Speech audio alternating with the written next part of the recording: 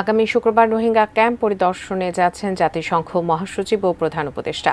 উখিয়ার Rohingya camp থেকে বিস্তারিত জানিয়েছেন কক্সবাজার প্রতিনিধি অর্পণ বড়ুয়া। আগামী শুক্রবার কক্সবাজারের উখিয়ার রোহিঙ্গা ক্যাম্প সফর করবেন জাতিসংঘ মহাসচিব এবং বাংলাদেশ সরকারের প্রধান উপদেষ্টা ডক্টর মোহাম্মদ ইউনুস।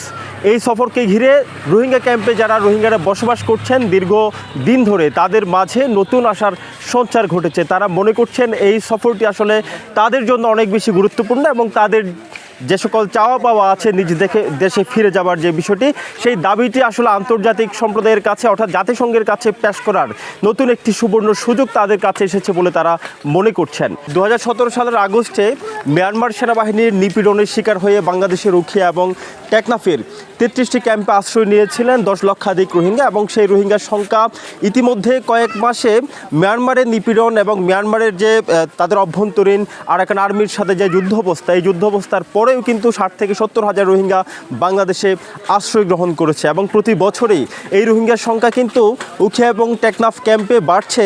এই মুহূর্তে আসলে রোহিঙ্গাদের প্রধান দাবি সেটি হচ্ছে তারা নিরাপদ এবং স্বেচ্ছায় তারা নিরাপদে তাদের নিজ দেশে ফেরত যাওয়াটাই হচ্ছে তাদের প্রধান দাবি। পাশাপাশি যে রোহিঙ্গারা বলছিলেন তাদের খাদ্য সহায়তা কমিয়ে দেওয়া হয়েছে, সেটি যাতে বিবেচনায় আনেন জাতিসংঘ, সেই বিষয়টিও আসলে জাতিসংঘের মহাসচিবের নজরে আনবেন রোহিঙ্গা নেতারা। কক্সবাজারের উখিয়ার রোহিঙ্গা ক্যাম্প থেকে এটুকুই ছিল এখানকার সবশেষ।